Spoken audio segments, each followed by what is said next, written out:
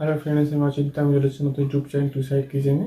আপনার সাথে একটা নতুন রেসিপি শেয়ার করব, সেটা হচ্ছে চিংড়ি বাটা বা চিংড়ি মাখা।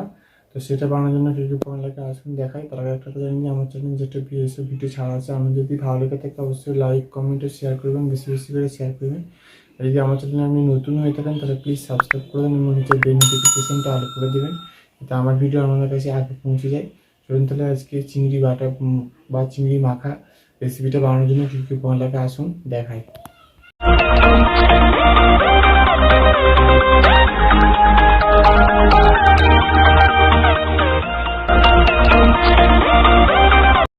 চলুন তাহলে চিংড়ি মাছ বাটা বা চিংড়ি মাছ ভর্তা আপনারা বলতে পারেন। রেসিপিটা কী উপকরণ লাগে চলুন তাহলে দেখিয়ে দিই। এখানে আমি চিংড়ি মাছ নিয়ে নিয়েছি পরিমাণ মতো। এখানে আমি 4-5টার মতো রসুনকে খোয়া কেটে ছাড়িয়ে নিয়েছি।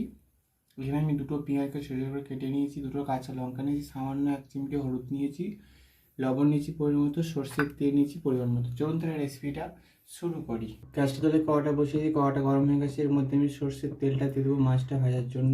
তেলটা গরম হয়ে গেছে, এবার আমি চিংড়ি মাছগুলো দিয়ে দেবো ভাজার জন্য। হলুদটা দিয়ে দেবো,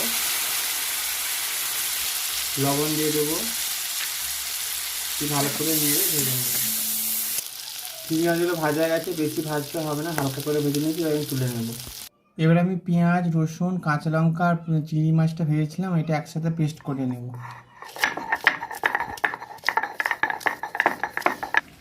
ভালো করে পেস্ট করে নিয়েছি। এর মধ্যে আমি অল্প সামান্য সর্ষের তেল, সামান্য লবণ দেবো, কারণ মাছ ভাজার সময় লবণ দিয়েছিলাম। ভালো করে মাখিয়ে নেব। মাখিয়ে নিয়েছি, এটা আমার রেডি হয়ে গেছে।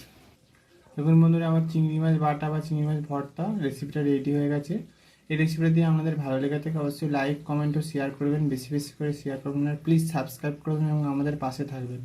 চলুন তো দেখাচ্ছি নেক্সট ভিডিওতে।